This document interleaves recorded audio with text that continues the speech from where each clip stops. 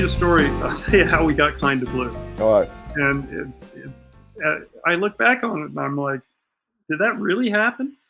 The guy in licensing, the attorney in licensing at Sony, Columbia at the time, was a guy called David Waldman. And David Waldman is a very accomplished musician, believe it or not. Was classically trained in cello as a cellist, and then was really quite a great guitarist. And so you'd go into David's office and there was like music everywhere, and you'd have a guitar, and you could talk music with him and so forth. But he also appreciated good sound. So I had him down to Hobson Ultimate Sound, and he was like, "Yeah, let's. What do you want? What do you want to do?"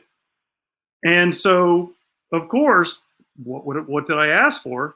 I said, "Well, what about Kind of Blue?" He said, "It's going to take us a little while. We got to work on that a little bit." He goes, "In the meantime, what would you think about doing, Dave Brubeck, Take 5?"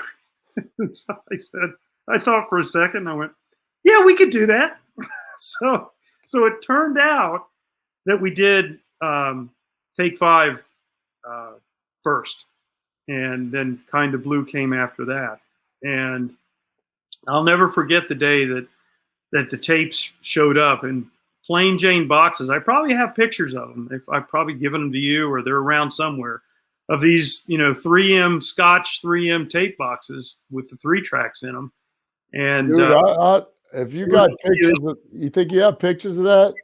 I think so. Yeah, somewhere. I mean, I got a lot of pictures. So if you could ever find those, yeah, I'm sure I have them actually.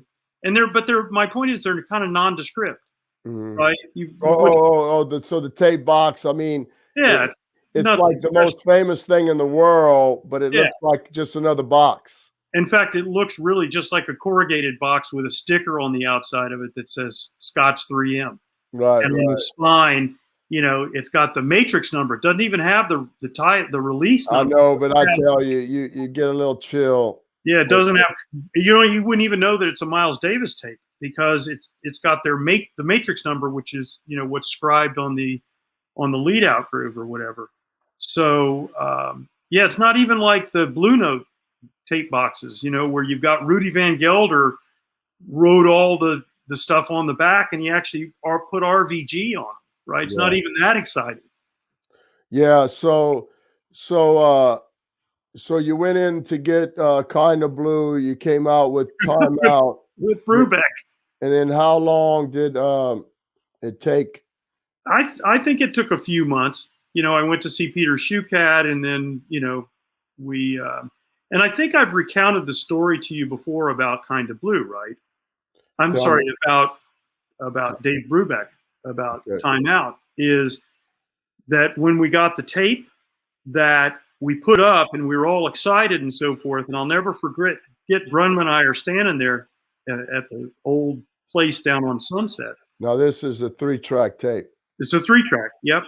And we're in Grunman's studio, and it's exciting. It's Dave Brubeck, right? And so he pushes go on the tape, and both of us sort of, I think, reeled back, and we went, "Uh-oh, we've got a problem here." It was really dry and really clinical and not very good, to be honest. The sound of the instruments was incredible. But it sounded like they were all in a closet, or each one of the musicians was in a closet, and the sound was really clear because it was off the 3-track, but there was no ambience whatsoever. I mean, none. It was like the life had been sucked out of what we all know to be a very exciting record. And so immediately, of course, Grunman, having a lot of experience, he goes, "Well, they put this through a plate. They put it through an echo plate, right? A reverb plate." And so luckily it turns out that we were in the same building as Ocean Way, and upstairs Ocean Way, which is adjacent, Bernie was in the same building, but their reverb plates were actually just upstairs. So we were able to renovate one of their stereo plates and go through it all and make sure it was all good. And then we ran cables down to the 3-track, and so the output of the 3-track, both channels, went up to the plate and then back to the console for purposes of mastering. And the second that you put the plate in and you adjusted everything and you got the center channel, just the mix of the center channel into the right and the left, it was like, then you went, oh my God. But it took us a few weeks in order to do that. And it was a lot of work, and it was a pretty expensive title to master. Now, it turned out really, really well. Contrast that with when Kind of Blue came in. Same tape boxes, same Scotch, tape boxes, 3-tracks and so forth. And you put Kind of Blue on. Of course, Grunman and I are looking at each other going, is this going to be another Brubeck? And just the opposite. In fact, completely the opposite. He pushed go. And, we had this center channel mix. He had this little knob. He had little pieces of tape with little, and he would kind of set the center channel so you'd kind of know where it was. And, he just kind of touched that. It was more or less in the right place. And I think we sat there and listened to the entire side without saying anything. It was, when I tell you, as near perfect as you could imagine. I felt like I was there listening to these guys in 1959 at the all the records you reissued. You sat with Bernie for over 500 masterings. Yeah. Or around that. Yeah. It's the pinnacle. I think for me, yeah, personally. Well, not just music. Of course, the music is, but like sonically and not messing. It's amazing. It's flat. It's flat. In fact, I was trying to find the original notes so I could show you.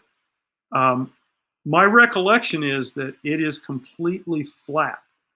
There could be, and I hopefully will find. I'll hopefully find them and I'll share it with you. But there could be just a little bit on some tunes at like 20K, right? Just a little sparkle, way, way, way at the top. But everything else is flat off the tape, man. And I can tell you, the RCA Living Stereos didn't play flat off the tape, nor did most anything I've ever. That's the exception, not the rule. Of all the classics, you did the Zeppelin catalog, you did the Genesis, or most of the Genesis, you did Peter Gabriel, you did The Who, you did Zeppelin, you did you did Kind of Blue, you did Time Out, you did Norah Jones, which was huge. Yeah. You did Hendrix. Yeah. Where, from what you remember, I know you don't have your books in front of you, but what would you think your number one seller of all that was? I would say, and you have to keep in mind that Kind of Blue was in print for a very long time, right? From 96 all the way to the end. So I would have to say that it was probably the best seller. Also by virtue of, and the perfect segue here, all the different versions that came out. But so this is a copy of the first one that we put out, right? And we've talked about this before. We put it out, and the important thing was that it was a gatefold, right? And we put this thing out, and had some extra picks, and had that right up. You had the correct speed and the original speed, the correct speed, and the alternate take at 45. Yeah, so side 1 is original speed. Side 2 is normal, which was the right speed. Side 3, which is the second record, is the corrected speed, side A. And then side 4 is Flamenco Sketches, the alternate take, which had been previously unreleased. So it came as a 2-record set. And by the way, the Flamenco Sketches is at 45. So what I did was, I broke this one open, or I think I had an open copy actually, and I listened to it to start. And I have to say, it's one of those things. I don't usually listen to a lot of these things, a lot of the reissues we've done because I've heard them so many times. But it was like, oh, you know, it was like putting on a familiar pair of shoes that were really comfortable, and it brought back those memories of the mastering and the pressing and how exciting it was. Because, you know, for the vinyl market, also for the audio farm, but the vinyl market, this was a big deal. And again, I have to give David Waldman at Columbia, at Columbia, Sony Columbia, and even Peter Schucat, the Miles Davis estate attorney. I have to give him a lot of credit for allowing us to do this with arguably one of the most famous titles in their catalog. Well, dude, to send you the 3-track tape, man, I mean, come on, that ain't coming out again. You know that, right? Yeah. Well, I mean, look, part of the argument was, Chad, and of course it played right into my hand. It's like, well, you know, this is the last time we'll ever do this probably. And we really want to make it the best we possibly can. And so that's the last piece to this puzzle, is if we can get the session master, assembled session master, then we can really make this the best it can possibly be. And that story, you know, sold to most people. And, you know, you play upon the success. So anyway, you know, we cut it from the 3-track, and it was really wonderful listening to, and I made some notes, you know, which I always used to do. And so, you know, my notes from listening to this were, you know, good, clean, quiet pressing, you know, good sound, right? And then there's a copy here, and this is the Quiex SV version, right? And this is the first time that we had an opportunity to have a different vinyl formulation, right? And so I played that same cut, hi-fi sound, everything the same, right? All the metal parts were the same, right? And my notes are better bass definition, background clearer, hear deeper into the room, okay? So that's just a vinyl formula difference. Both of those were pressed at RTI. So 180 gram, you know, completely just a vinyl difference. And then here's a version that's the 200 gram super vinyl profile. And let me just check. This is an RTI pressing, so it was done on the SMTs, but with the 200 gram flat profile die. So the edge of the record has no groove guard, right? But it's just 200 gram with the flat profile. So here are the notes on that. Louder. Instruments sound more well-defined, real. Can hear room, acoustics, and micro low-level detail. Okay? So this is the same vinyl formula, same parts, same presses, different profile. Then I've got this, this is a handmade, okay, 200 gram, and let me just check, let me see if it's got groove guard. This one has groove guard, but this would have been made at Bill Smith on the fine bills, right? So this is everything the same, different press. And here's my notes. This is on the fine bill. Amazing solidity of piano and bass and delicacy of the hi-hat. Timing is more solid. Spit in Coltrane's horn has texture. Miles' horn intro jumps. Jumps. That's what we talked about earlier about these recordings. So that's the difference in the press and taking the vibratory information out of the press. And then here's the handmade Clarity version, right? Which is, you know, it's kind of a not completely clear. It's kind of got a little bit of a blue tint to it, but that was the first Clarity version, and so that was pressed at Bill Smith too. And so the notes here are slightly more laid back feel. Sorry, slightly more laid back feel. Instruments jump out of black darkness, quiet background. Sound of individual instruments more integrated into the space. Miles' horn is clearer, cleaner, and sharper. Bass definition improved. Low-level detail improved. And that, I think the low-level detail is about not having the carbon black in the record. And let me just say at this point that this is for people that might watch this. This is in no ways about me promoting this new release that you're coming out with. You so graciously sent me a copy of this, and to be able to do exactly what I just did. And I have to say it was an amazing experience for me.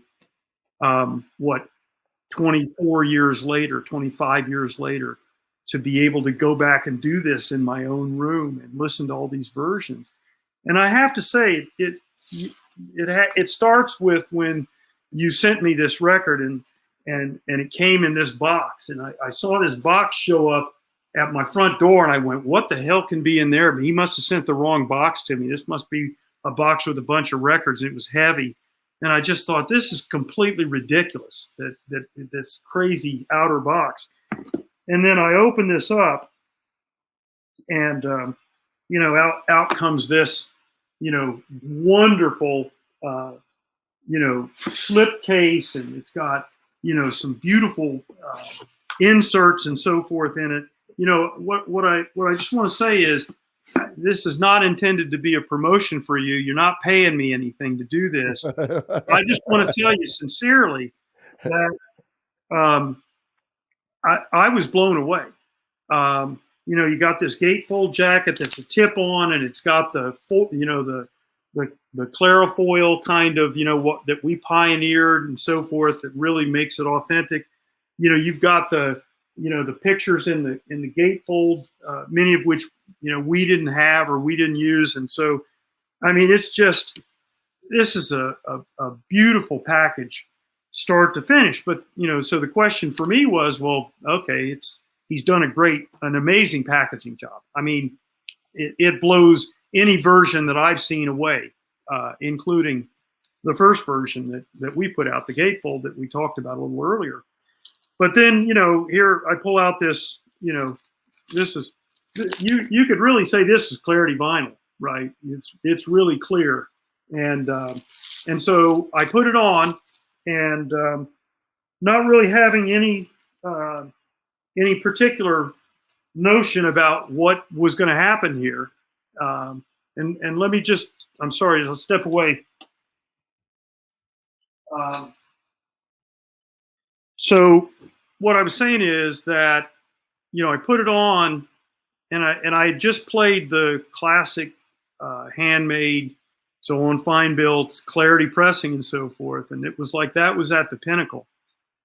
Sadly, I have to say that I thought, but for reasons which escape me now, we never put it out as a 45 RPM edition on Clarity with a flat profile. We put it out 180 gram, as a 4-record set, kind of blue, on 180 as a 45 RPM, but we never did it on Clarity. And I was surprised, because I think that at that point, when I was listening to the classic Clarity, I thought the only thing that could beat this is, or maybe the only thing that I could listen to that I put out that could beat this, was a Clarity version. I looked, and apparently we didn't do that. But in any event, I put your version of this on, and here's my notes. Improved piano clarity. Coltrane's spit is smoother. Hi-hat clarity improved. In fact, it reminds me of the hi-hat on Brubeck, on Take 5 Alla Rondo, which is, to my ears, the best hi-hat recorded ever. It sounds like it's in the room with you. And so it makes the hi-hat here sound in that in that in that in that in the spirit of that. And then I put Miles Horn, sharper and clearer, sounds sweeter. That's an interesting thing I'll come back to in a second. Dead, quiet surfaces. Feels a little more laid back and more studio-like. And so I asked myself the question, is this better than the classic Clarity version? And the answer is, I think in many ways it is. In some ways, it's just different. And that's what I was kind of saying. So in those last comments, which not many people have the opportunity to be able to say or to comment on, because I was there with the master, and I still remember it like it was yesterday.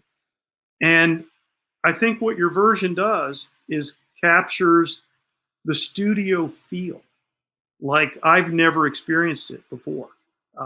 Even on the classic Clarity version, and I said before, the classic Clarity version, more laid back. I think this is even more laid back, but I really sensed the studio at 30th Street in this. And so the point is, all of these pressings came from the same parts, came from the same 3-track recording.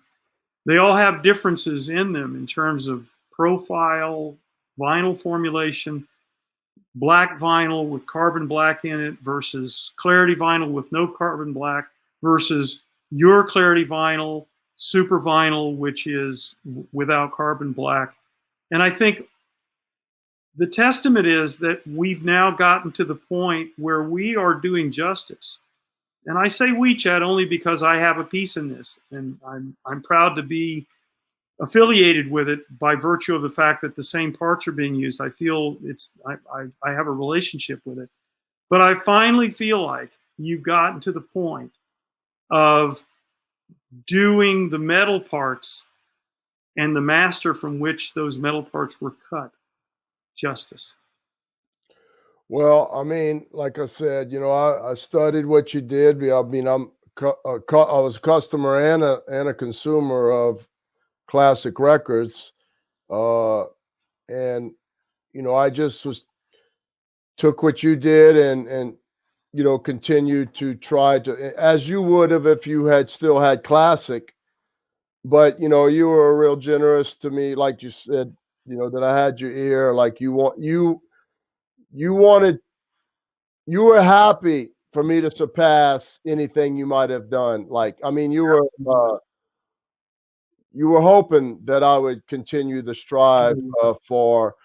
And what's funny is a lot of people that don't understand, like, these little nuances, these little things, these improvements. Somebody might say, well, I don't even see the difference. A small difference to us is huge. And then you add up about 10 small differences and it amounts to something. And it's just like maybe a race car. I mean, to get one of them race cars to go 1 mile an hour faster, hard. That is probably hard, and so we just keep trying, you know what I mean? We keep trying. It takes a team. It is so much harder. Of all the things we do at Acoustic Sounds, pressing is the most hard. Getting Doug Sachs mastering, it's even harder. Yeah, and probably harder.